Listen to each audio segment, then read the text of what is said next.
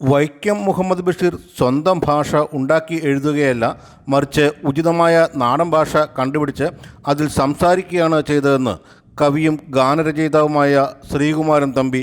വൈക്കം മുഹമ്മദ് ബഷീർ സ്മാരക സമിതിയുടെ 2023 ബഷീർ ബാല്യകാല സഖി പുരസ്കാരം ഏറ്റുവാങ്ങി സംസാരിക്കുകയായിരുന്നു അദ്ദേഹം. തൻ്റെ രചനാമാധുര്യം മുഴുവനും അവിവർത്തിതമായ നാടൻ വാക്കുകൾ വഴി ആവിഷ്കരിക്കുന്നതിൽ മിടുക്കനായ ബഷീറിൻ്റെ കൃതികൾ വിശ്വസാഹിത്യമാണ്. എന്നാൽ വിശ്വസാഹിത്യത്തിൻ്റെ കുത്തകക്കാരായ പാശ്ചാത്യ അമേരിക്കൻ സാഹിത്യകാരന്മാരുടെ കയ്യിലെത്തുമ്പോൾ അതിൻ്റെ വിശ്വം ഇല്ലാതാകും. അതാണ് ബഷീർ സാഹിത്യത്തിൻ്റെ വിജയവും ദുരന്തവുമെന്ന് അദ്ദേഹം കൂട്ടിച്ചേർത്തു.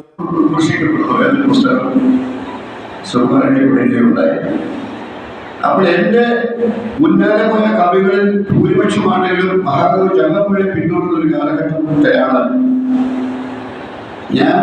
ചങ്ങമ്പുഴയെ ഇഷ്ടപ്പെടുമ്പോൾ തന്നെ കൂടുതൽ വായിച്ചിട്ടുള്ളതും പഠിച്ചിട്ടുള്ളതും മഹാകവി ജിയുടെ കവികളാണ്.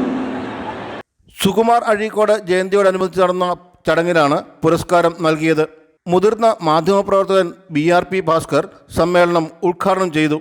ബഷീർ സ്മാരക സമിതി vice chairman doctor Paul Manalil പുരസ്കാര സമർപ്പണവും Bharat Bhavan member secretary doctor Pramod Payyanur ആദരപത്രവും കഥാകൃത്ത് AK ബീന ക്യാഷ് അവാർഡും നൽകി.